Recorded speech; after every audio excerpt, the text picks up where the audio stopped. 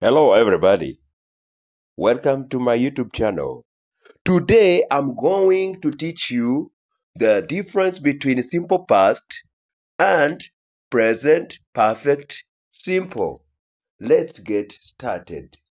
First of all, let us look at the form.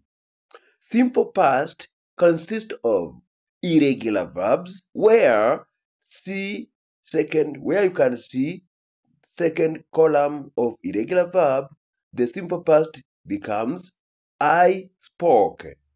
Muraho neza nshuti bavandimwe, uyu munsi tugiye kwiga icyo bita itandukaniro hagati ya simple past na simple present perfect.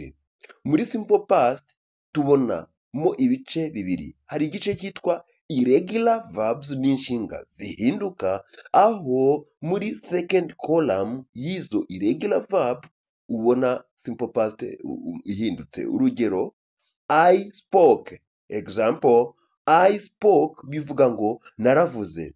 Whereby in regular verbs za nshinga zidahinduka, infinitive is ending in ed.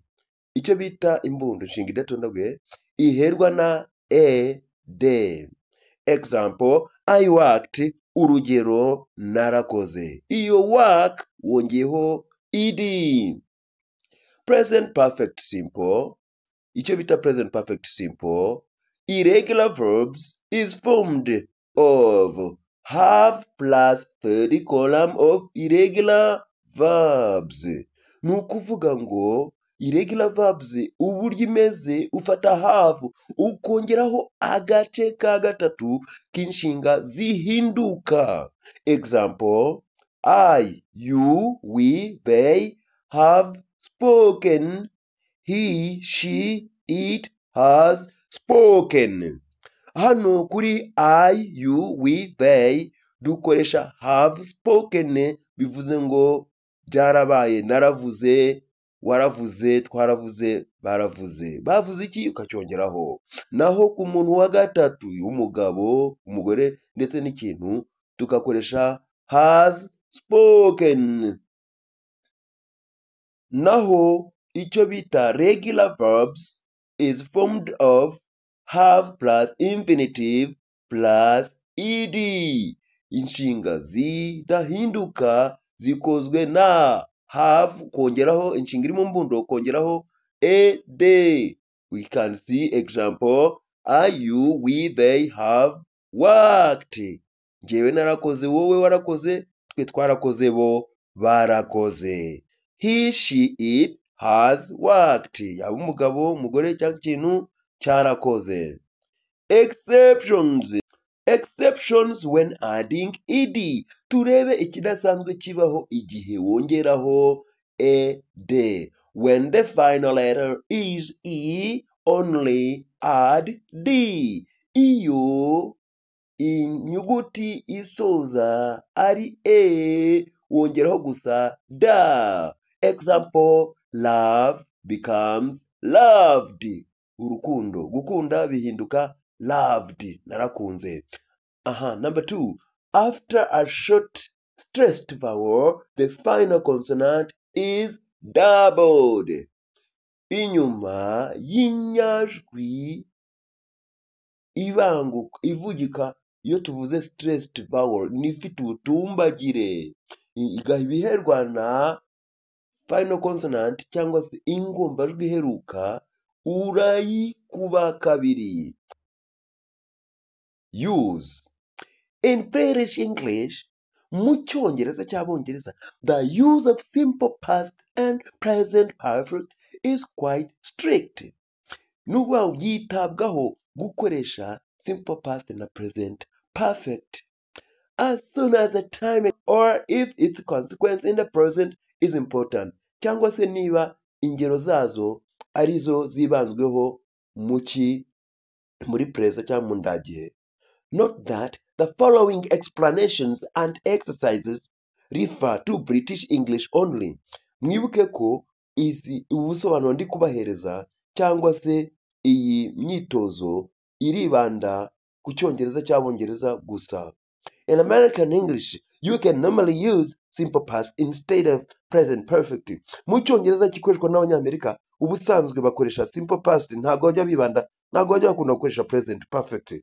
Niyo mpamvu njya mbwira abanyeshuri banjye bari i Bwotamasimbi, ndavuga abanyeshuri nigeze kwigisha cyangwa se ndi kwigisha, bari abaherereye Canada, nabonye umunyeshuri Ohio muri leta iri aho muri Amerika, ndetse n'abandi, ko icyo cyongereza aho ngaho gikoreshwa, abantu bakoresha simple past kurenza present perfect. We cannot accept this in our exercises.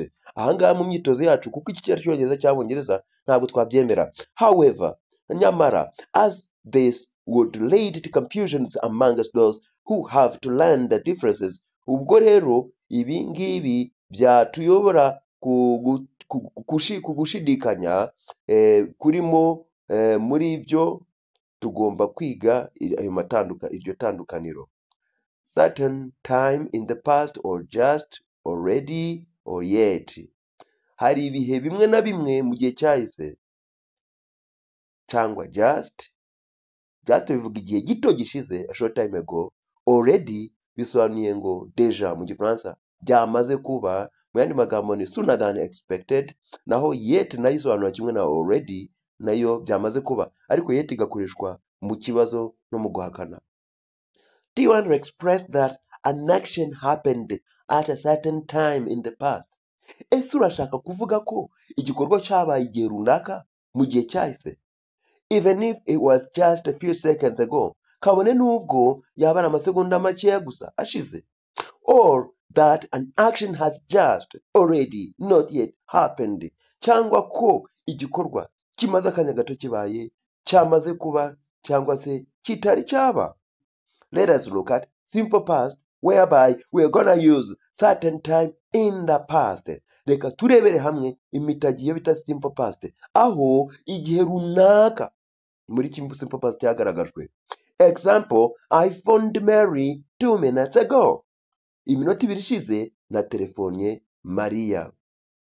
Nanone turabona certain event in the past, or how often, so far. Igihe runaka, ikintu cyari cyabaye runaka muri past, cyangwa se inshuro zabaye kugeza ubu. Do you want to express when a certain action took place, or whether, how often an action has happened till now?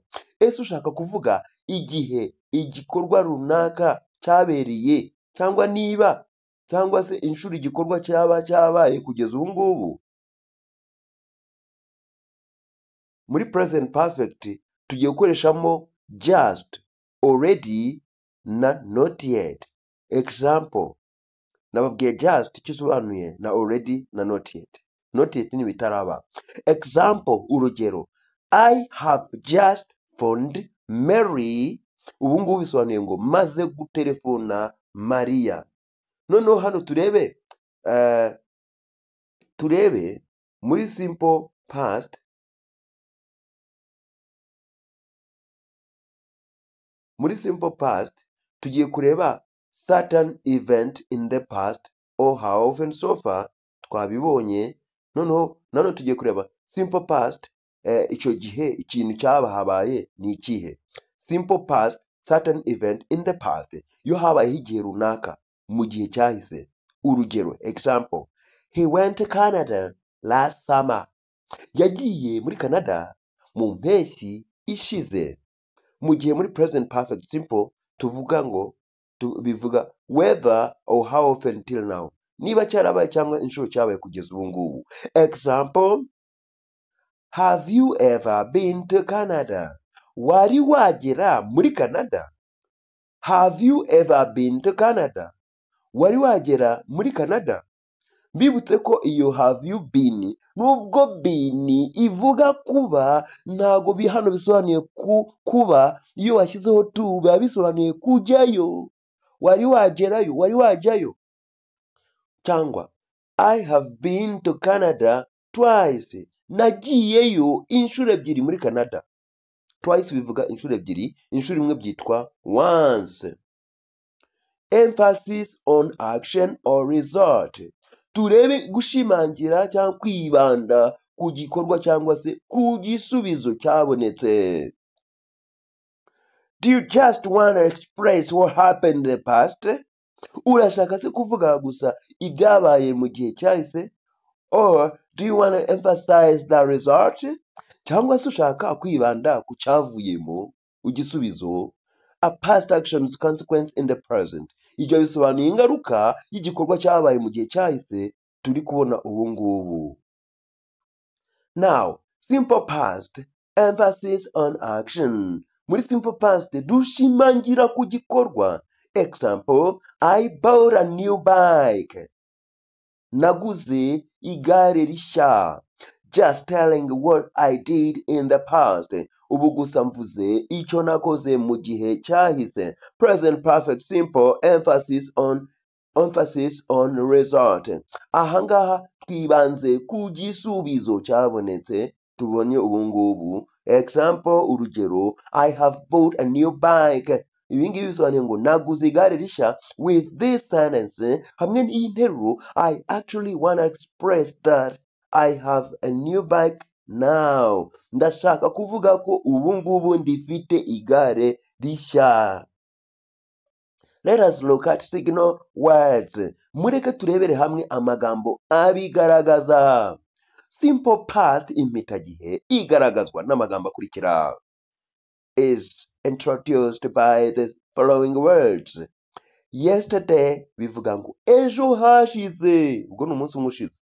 Ago bisobanuye yari hejuru y'umunsi umwe, dukoresha ijambo ago. Tuvuge 2 days ago, iminsi 2 ishize. 3 days ago, iminsi 3 ishize. Bityo bityo. Mbibutse ko mu masomo yabanje nabigishije amagambo amwe n'amwe yabasha guhinduka nk'ayo ngayo. Iminsi bayita days, amezi iminsi, ibyumweru weeks, amezi months, naho imyaka years. Ushobora no kuvuga iminota minutes ndetse n'amasaha hours. In 1919 ushobora kuvuga umwaka. Urugero, ushobora kuvuga ngo navutse mu mwaka uyu n'uyu.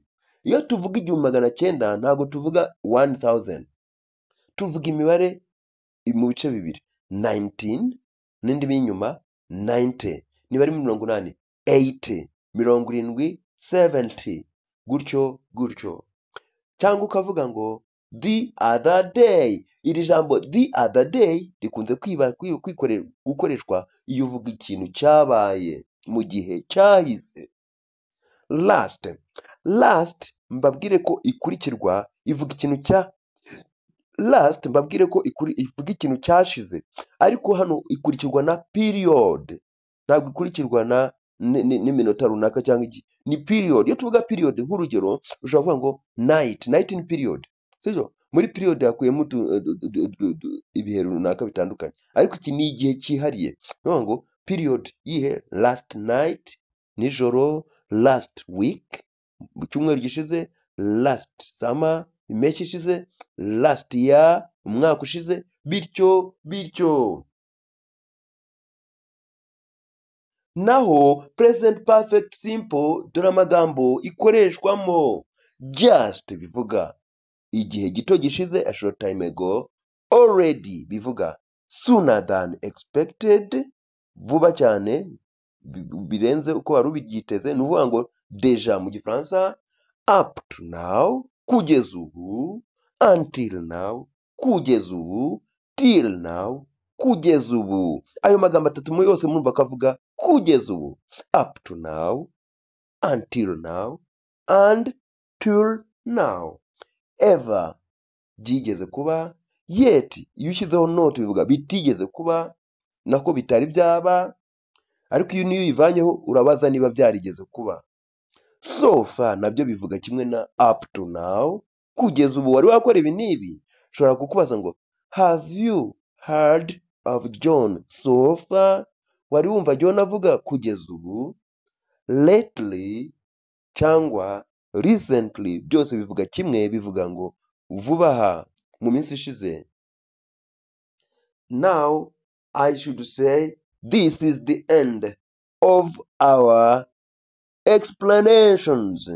Nababwira ko dusoreje ahangaha ibisobanuro byacu. Ubutaha nzabigisha nzabahereza imyitozo.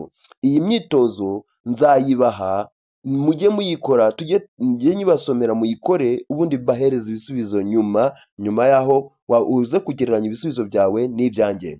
Thanks for watching.